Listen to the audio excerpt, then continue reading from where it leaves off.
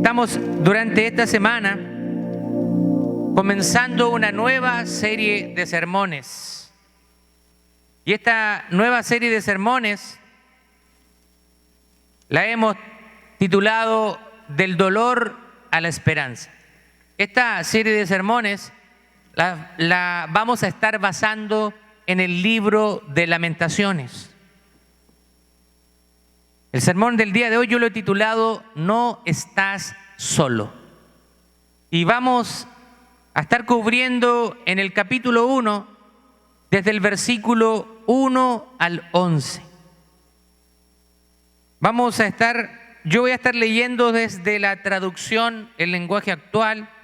Nuestro hermano que está en los controles va a poner el texto ahí para que usted me pueda seguir. Así que vamos a dar lectura a la palabra del Señor en el nombre del Padre, Hijo y Espíritu Santo. Dice así la palabra del Señor. Lamentaciones, capítulo 1, versos 1 al 11. Pobrecita de ti, Jerusalén, antes eras la más famosa de todas las ciudades.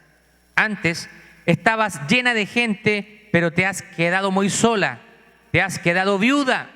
Fuiste la reina de las naciones, pero hoy eres esclava de ellas. Olvidada y bañada en lágrimas pasas todas las noches. Muchos decían que te amaban, pero hoy nadie te consuela.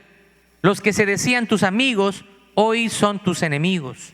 Bajo el peso de las cadenas, la gente de Judá salió prisionera. Sus enemigos los atraparon y los maltrataron con crueldad. Ahora son esclavos en países lejanos y no han dejado de sufrir.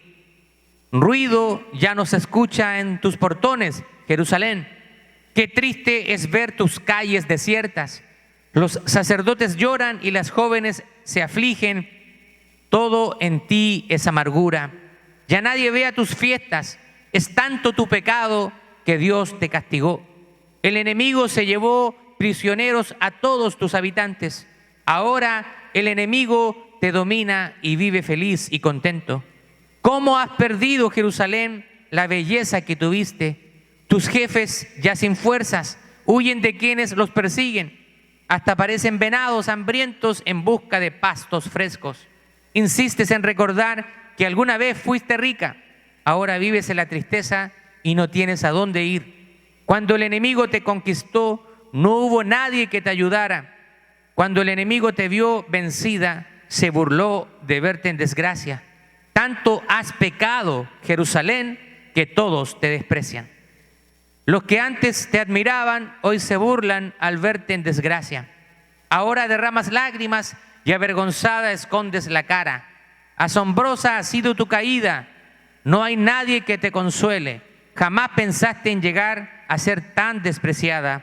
Y ahora exclamas: mis enemigos me vencieron. Mira, Dios mío, mi aflicción. Dueño de todas tus riquezas es ahora tu enemigo. Tú misma viste entrar en el templo gente de otros pueblos, aunque Dios había ordenado que no debían entrar allí. El pueblo entero llora y anda en busca de pan, con tal de seguir con vida. Cambian tus riquezas por comida. Llorando le dicen a Dios: mira cómo nos humillan. Bueno, este es un libro muy particular de la Biblia. Es un libro poético, aunque es un libro que no se identifica, el libro mismo no identifica al autor. La tradición ha asignado este libro al profeta Jeremías. Y si es así, entonces fue Jeremías testigo de terribles acontecimientos que azotaron a la ciudad de Jerusalén. Nosotros tenemos que recordar un poco la historia. El pueblo, en la nación de Israel, se dividió en dos reinos, el reino del norte y el reino del sur.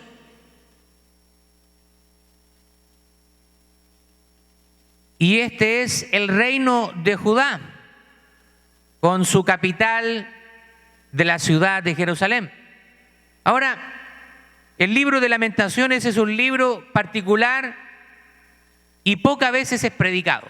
Tenemos que admitir de que muchas veces lo hemos pasado por alto porque no nos llama mucho la atención, pero hay mucho que aprender de este libro.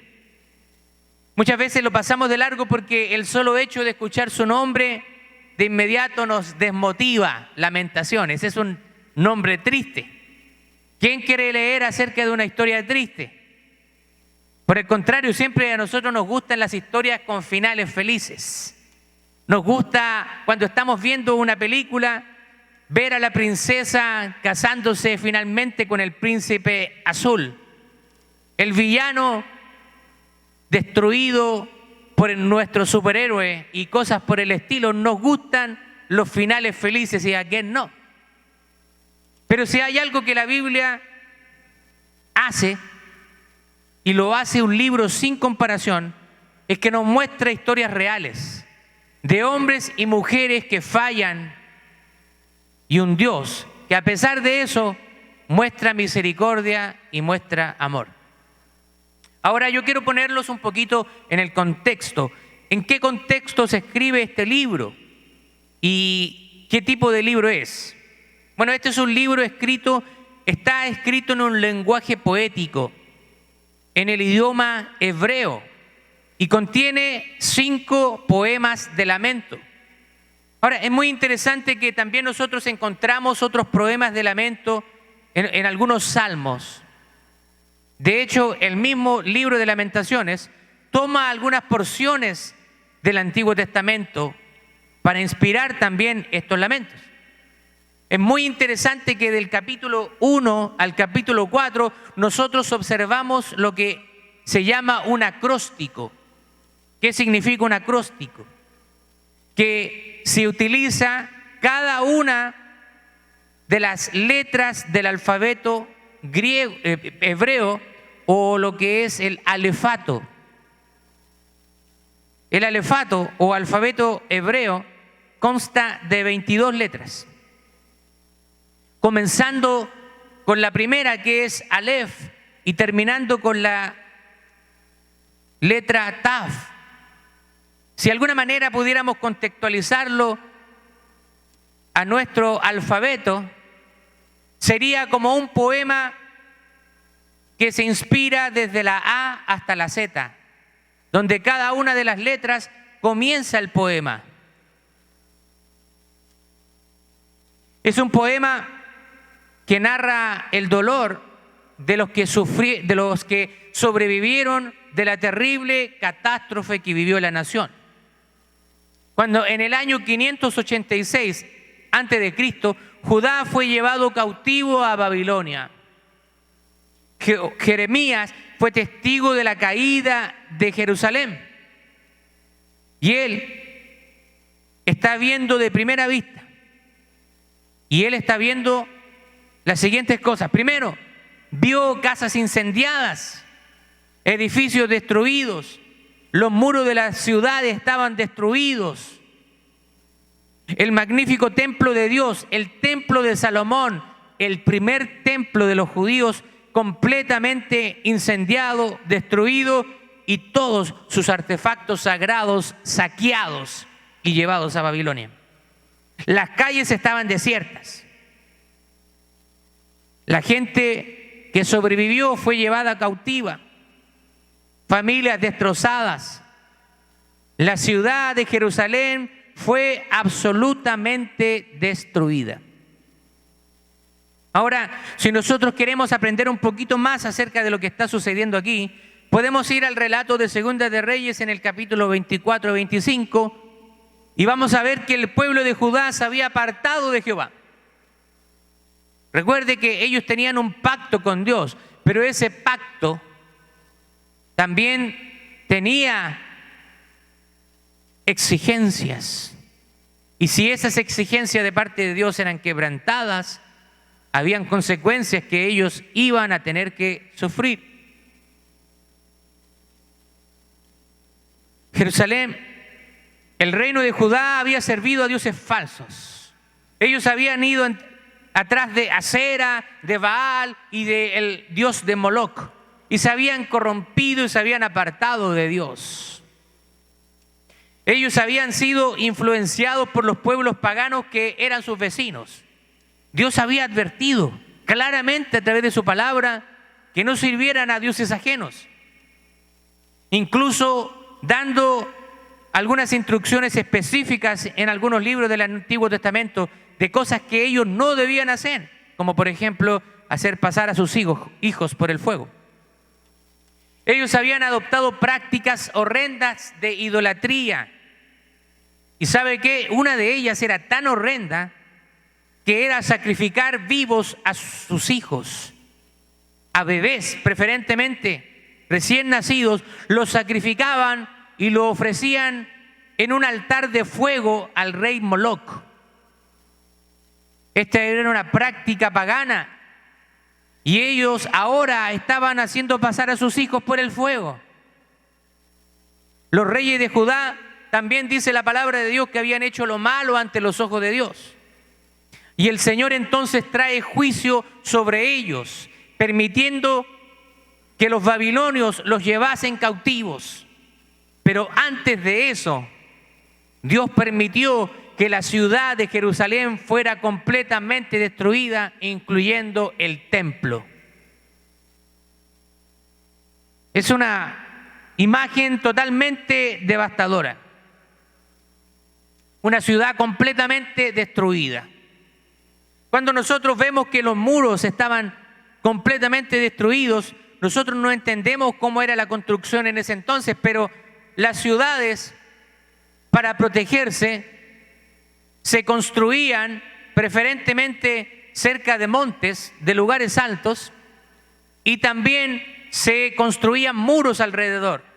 Así que el acceso a la ciudad era limitado y las puertas se cerraban. Solamente podían salir para buscar ciertos alimentos, provisiones. Babilonia lo que hizo fue sitiar a Jerusalén. Significa que ellos se acercaron y rodearon la ciudad. Pónganse en contexto, la ciudad es una ciudad que está completamente rodeada de muros, así que ellos la rodearon. Cuando los enemigos sitiaban una ciudad, podían pasar meses hasta que las provisiones en el interior de la ciudad comenzaran a escasear. Ellos se veían obligados a abrir las puertas y a salir a buscar alimentos para no morir. Pasó más de un año, pero finalmente tuvieron que abrir las puertas y los babilonios estaban esperando para tomar posesión y destruir la ciudad. Nosotros podemos ver que a través de estos primeros versículos de este lamento, Jerusalén es personalizada como una viuda que está sufriendo. Y por supuesto que tiene muchas razones para estar de esta manera.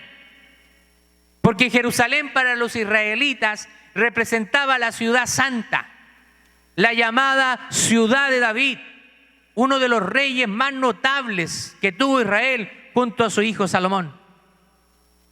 Para los israelitas, esta ciudad era prácticamente indestructible. Esto porque ellos pensaban que el favor de Dios iba a estar con ellos siempre, independiente del comportamiento que ellos tuvieran. Esto nos muestra a nosotros que de alguna manera ellos estaban subestimando la santidad de Dios. Dios es un Dios santo. Es un Dios que no tolera el pecado.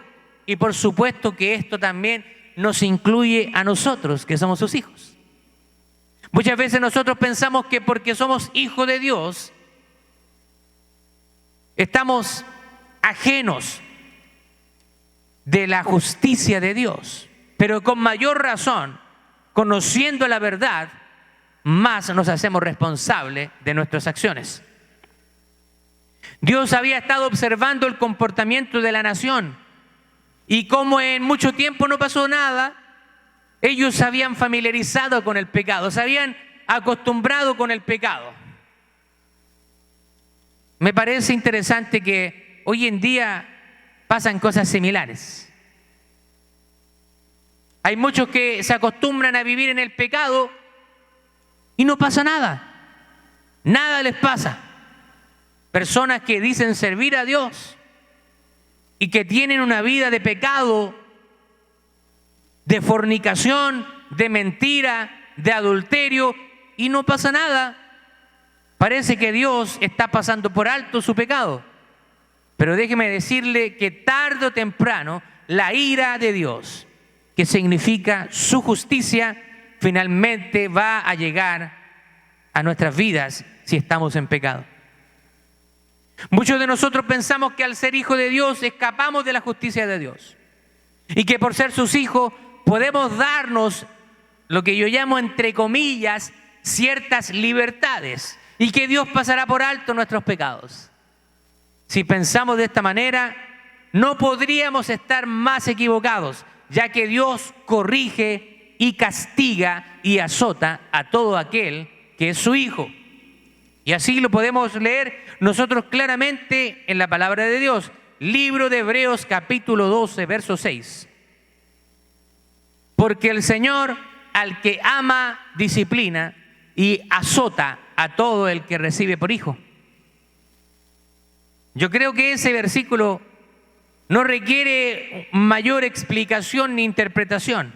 Ahí está diciendo que el Señor nos ama, pero a raíz de que Él nos ama, Él debe disciplinarnos cuando hay pecado y debe azotarnos. El versículo 5 de este lamento, del capítulo 1 de Lamentaciones, nos confirma la causa del sufrimiento de Jerusalén y sus habitantes. Mire lo que dice el versículo 5, Lamentaciones capítulo 1, verso 5. Es tanto tu pecado que Dios te castigó. El enemigo se llevó prisioneros a todos tus habitantes. Ahora el enemigo te domina y vive feliz y contento. Este juicio que está recibiendo Judá, al reino de Judá y Jerusalén, no es un juicio de un Dios caprichoso que quiere hacer sufrir a su pueblo. Dios no es un Dios caprichoso. Dios es un Dios santo y un Dios justo. Y esto que Dios ha permitido, lo ha hecho porque Él sabe que su pueblo necesita recibir una disciplina y castigo y juicio por su pecado. Él los ama. No es fácil para Dios entregar a su pueblo en manos de sus enemigos, en manos de los babilonios, pero Él utiliza a los babilonios como un instrumento de juicio sobre Judá. El autor del libro está expresando mucho dolor y sufrimiento, pero a la vez el autor también está justificando ese sufrimiento, ya que reconoce que el pueblo ha pecado contra el Señor. Mire lo que dice el versículo 11, Lamentaciones 1, verso 11.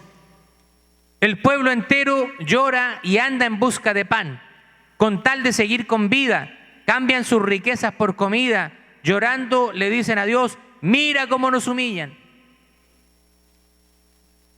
Hubo escasez, hubo hambre, hubo muerte. El libro de Lamentaciones es un libro triste, quizás de alguna manera comparable con Job, también un libro trágico, de tragedia, de sufrimiento, ya que Job también sufrió calamidades de igual manera. Pero hay un contraste entre el libro de Job y el libro de Lamentaciones, ya que en el libro de Job el sufrimiento es una tragedia personal. Solamente está viviendo este sufrimiento una persona. Pero en el libro de Lamentaciones vemos un sufrimiento colectivo. Todo un pueblo ahora está sufriendo por su pecado. En el caso de Job, él no lo merecía. De hecho, la palabra de Dios nos dice que él era un hombre recto, justo delante de él. No había nadie como él sobre la tierra. Así que en este caso Job no merecía recibir esas calamidades. Sin embargo, el pueblo de Jerusalén, el pueblo de Judá, sí merecía ese castigo. Ahora nosotros podemos aprender varias cosas de este libro y de estos versos. Porque si está ahí el libro de Lamentaciones, es porque el Señor nos quiere enseñar algo. Ningún libro de la Biblia está ahí porque sí, para llenarla, para adornarla, sino que Dios quiere entregarnos un mensaje que podamos aplicar a nuestra vida en cada versículo que encontremos en la palabra de Dios.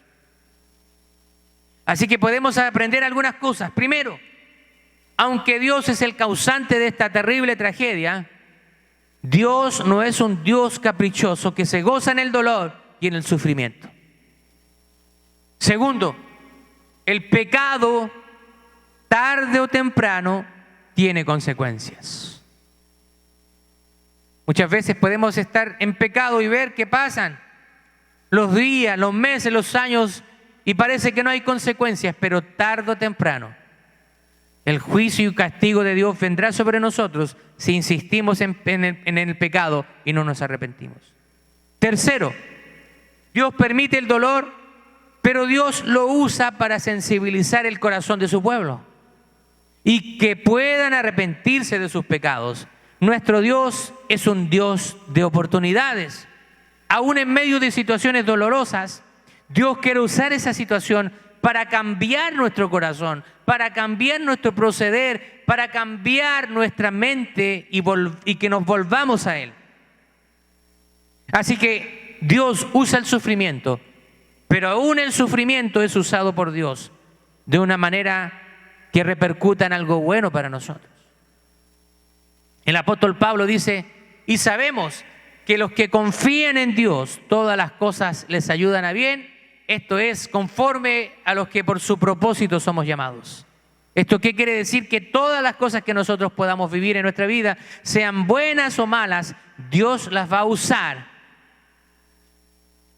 de una manera buena para un propósito en nuestra vida. Número 4, aunque sus hijos están recibiendo el dolor por su propio pecado, Dios, de alguna manera, a través de estos lamentos, de estos poemas, Él está permitiendo las expresiones humanas de dolor y de expresiones de queja. Y de esta manera, Dios está dando una dignidad sagrada al sufrimiento humano. De alguna manera nos está diciendo que el sufrimiento humano es algo que vamos a experimentar. Y también tenemos derecho a expresar ese sufrimiento. Cuando nosotros hemos perdido algún ser querido,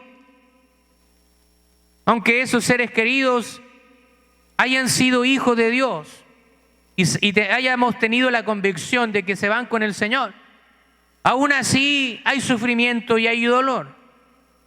Y Dios nos permite tomar ese duelo, ese luto y sufrir por aquellos que amamos. Quiero estar terminando, ya concluyendo este sermón. Parece que el sermón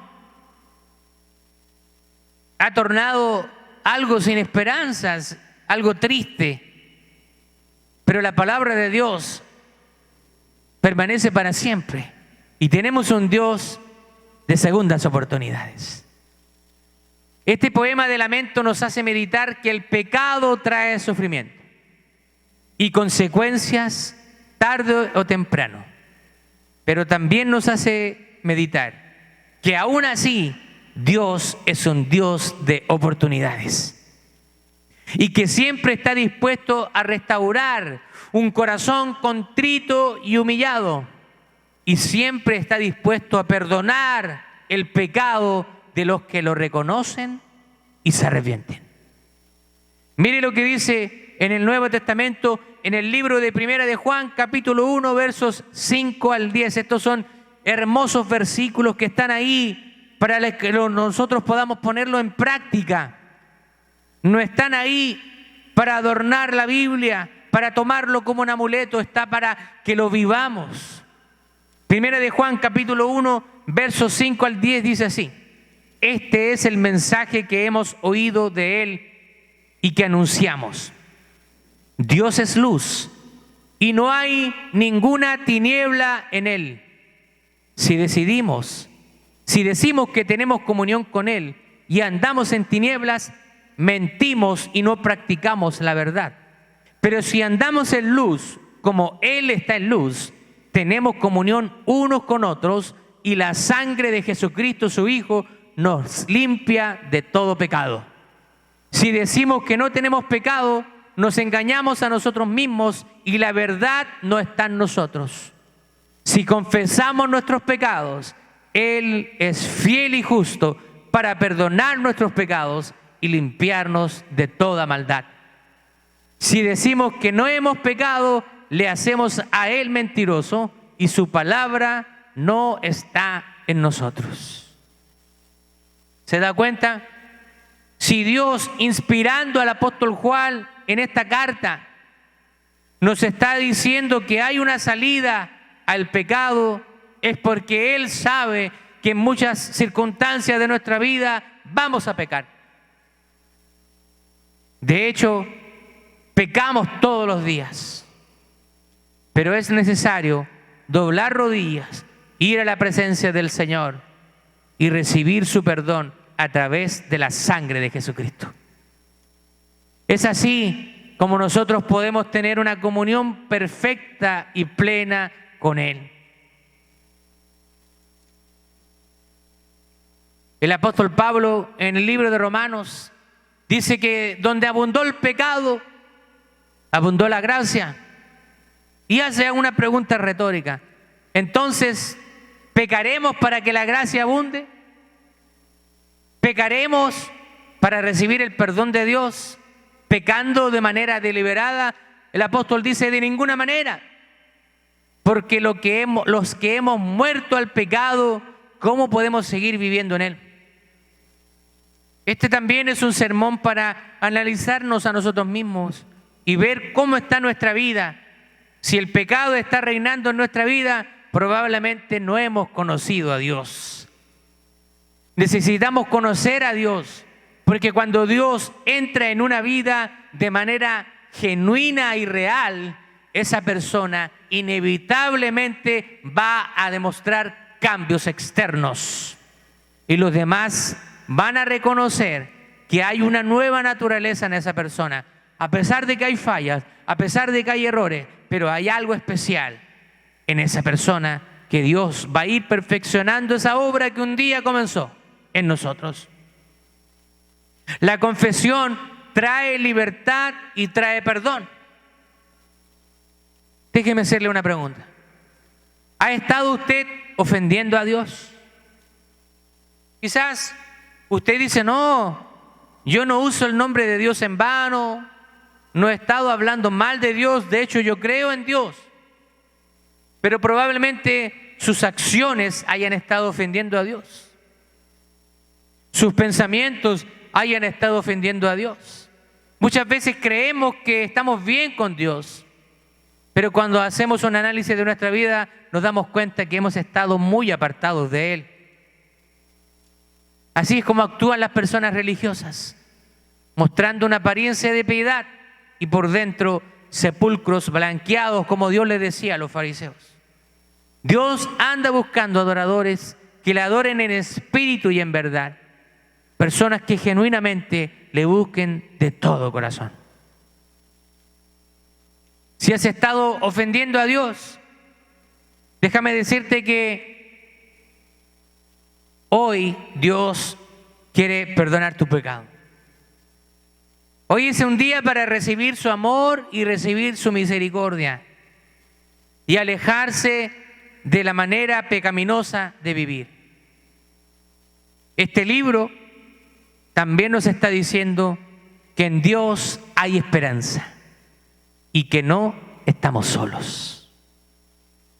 Dios está con nosotros. Aún en medio del sufrimiento y del dolor, Dios está en medio de nosotros. Dios te bendiga. Quiero animarte a que puedas durante las próximas semanas estar leyendo el libro de Lamentaciones. Son solamente 5 capítulos. 5 capítulos. Y vamos a aprender mucho durante estas próximas semanas a través de estos lamentos que muestran una realidad que muchas veces podemos vivir por el pecado, pero también nos muestra un Dios que está dispuesto a restaurar los corazones, a perdonarnos de nuestros pecados y a traer bondad y beneficio a nuestras vidas.